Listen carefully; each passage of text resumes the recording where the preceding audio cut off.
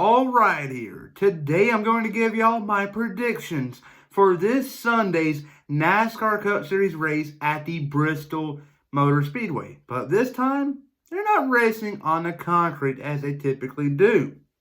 However, they're going to race on this track, but on dirt. It is going to be so exciting, and I am looking forward to this race. But before I go any further, I want to add that I am going to do a Pick 5 contest for this Sunday's race.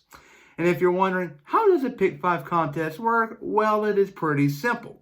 All you have to do is go down below to the comment section and type in who you think is going to finish in the top 5. If you go 5 for 5, you get an autographed hero card.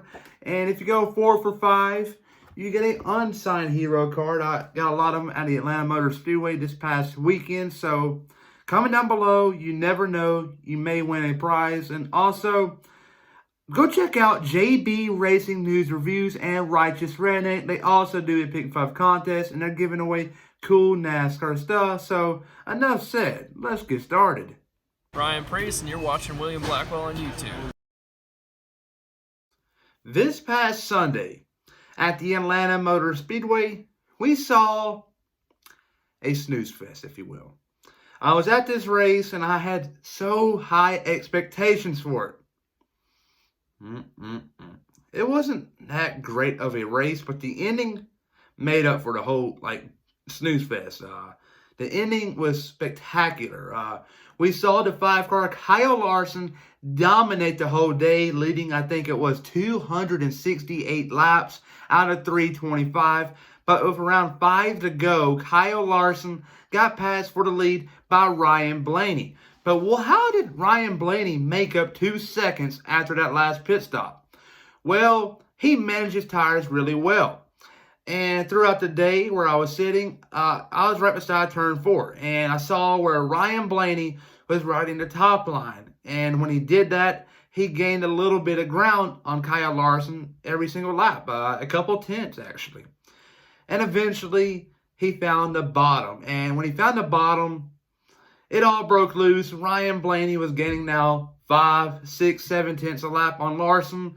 And eventually, Kyle Larson ran into Ryan Blaney's teammate, Joey Logano. And Joey Logano raced the living crap out of the 5-car. And once he did that, Ryan Blaney was right there. Had a great run off of turn 4 and ended up passing Kyle Larson and went on to win his first win of the 2021 campaign. And now he is locked into the 2021 NASCAR Cup Series playoffs. And finishing runner-up was obviously the 5-car Kyle Larson, a big disappointment, but he is going to be a favorite heading into Sunday's Bristol dirt race. But finishing third was the 48-car of Alex Bowman, and this was a much-needed top 5 finish for this 48 team. Daytona started on the pole, wreck on lap 14. Daytona road course, it has been up and down this year, but now they got a top 5 finish in the books.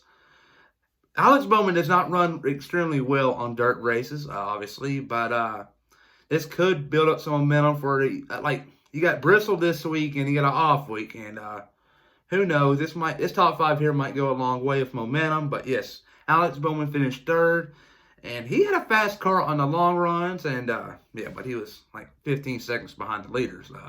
The leaders are on a whole another zip code, if you will. But finishing fourth was the pole sitter, if you will, and that would be the 11-car of Denny Hamlin. Denny Hamlin led a lot of laps early on, but you really didn't see him in the lead after the first restart, after the competition caution, because Kyle Larson was up there, and Kyle Larson was so fast. It was it's not even close until the end when the track changed, and then some cars got better, some cars got worse, and he really never got worse. But Ryan Blaney was a little bit better at the end. But Hamlin brought it home fourth. Kyle Busch finished fifth. Kyle Busch, this was a surprising run, if you will.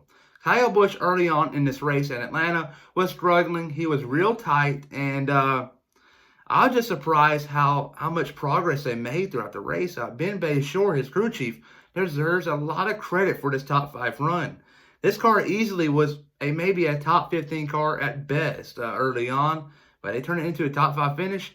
Kyle Busch is someone to keep your eye on these next couple of weeks. And also, He won the truck race Saturday at Atlanta, but shortly after he done all of his post-race interviews, he hopped in a plane and went to Bristol Motor Speedway to test out some dirt cars, I guess you can say. And Kyle Busch right now has some experience on the Bristol dirt track layout, and he can very well be a player in this Sunday's race. Keep your eye on him. But like I said, Ryan Blaney won at Atlanta. Kyle Larson finished runner-up. Third place belonged to the 48 car of Alex Bowman. Finishing fourth was the 11 car of Denny Hamlin. And finishing fifth was the 18 car of Kyle Busch. My top 5 for this Sunday's Bristol dirt race, I don't know. It's based off of facts and somewhat recent momentum, but here it is. Winning this Sunday's race at the Bristol dirt race will be no other than the 47 car of Ricky Stenhouse Jr. A lot of y'all might be saying, whoa, whoa, whoa, whoa. Did this guy just say someone besides Kyle Larson? Yes. Ricky Stenhouse Jr. is an extremely talented dirt racer, and he's in some good equipment right now. And he can very well win this Sunday's race at Bristol. But finishing runner-up to him will obviously be the 5 car Kyle Larson for the second week in a row. It is going to be a heartbreaker, but I just don't know how he's going to run on this track. He might run really well. He might not run so well. It's up and down, but I'm just going off my top 5 here with some dirt racing background drivers. Finishing third will be the 20 car Christopher Bell. This is pretty much a lock right now. Christopher Bell is a great and extremely talented dirt racer, and he's someone to keep your eye on. Finishing fourth will be the 14 car Chase Briscoe, and I confidently say that. Chase Briscoe is off to a rough start in 2021. Yesterday at Atlanta, or 2 days ago at Atlanta when you're seeing this, it was pretty interesting here. I was in the bathroom, I walked out, and a guy said he liked my shirt. I didn't think too much about it. I said, hopefully he can have a good run today. And the guy said, yep, I hope he does too. That's my son. I'm like, whoa, that's pretty cool there. I talked to him about the season. And when I really talked to him about the season, I thought about it. He's had some terrible luck. Started off in the duels, wrecked, messed up his race car, his primary race car, so he had to go to the rear with a backup in the Sunday's Daytona 500. And then after that long rain delay, he was in an innocent bystander position where the 00 ran over debris and had a tire go flat and collected the 14 car, and he had so much damage and it pretty much hurt his chances of winning that race, and it messed up his aerodynamics. Fast forward 1 week later at the Daytona Road Course, he is third place with 10 to go. People are not aware of their surroundings no more in the Cup Series. They race like a bunch of maniacs, which I do respect. But Briscoe, once again, was an innocent bystander, and his hood fell off, so he had a pit and he had a black flag. And he go 1 week later to Vegas, I think it was, Homestead it was. The 23 car of Bubba Wallace put him to the wall. Wasn't really competitive. Now you go to Vegas, it's just up and down the whole day. He's learning this new setup here, I guess you can say. He's a rookie. He is so used to the Xfinity Series because he raced that last year. And now he's getting a real feel at a mile and a half. So he didn't obviously run well. And you go to Phoenix. He was running considerably well. He was running inside the top 15 for most of the race. However, during one pit stop, his whole crew pretty much screwed up. They had an air gun, I think, mess up, and he lost a ton of positions. And he had a terrible restarting position, and as an end, we saw of him. But he's had some bad luck. I mean, Atlanta, obviously finishing 2-3 laps down, something like that. I hate it for the guy. But you know what? He has a dirt racing background, and I think he's going to get a top 5 finish at Atlanta, or dirt race at Bristol. My bad. But yeah, Chase Briscoe finishing 4th. Finishing 5th will be the 3 car of Austin Dillon. Austin Dillon, in my opinion, can very well win this Sunday's race at the Bristol dirt race. He's a great dirt racer, and I think, honestly, he has what it takes to beat Kyle Larson. But on the other hand, my dark horse will be no other than the 15 car of Chris Windom. Chris Windom is a dirt racing driver. He races that professionally, and he's giving the Cup Series a go. He raced in the Truck Series, if I'm not mistaken, a couple years back. He's something to keep your eye on. I don't think he's going to win by any means, but maybe a top 15. Maybe a top 20. That 15 car finishing in the top 20 will be a big win for that whole organization. But one other driver to keep your eye on, he is not my dark horse, but if I had to, this would definitely be the second one, and that would be the 77 car, driven by Stuart Friesen. Stuart Friesen is also giving the Cup Series a chance.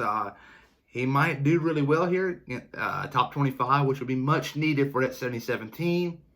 But yes, those are my two dark horses, Wyndham and Friesen.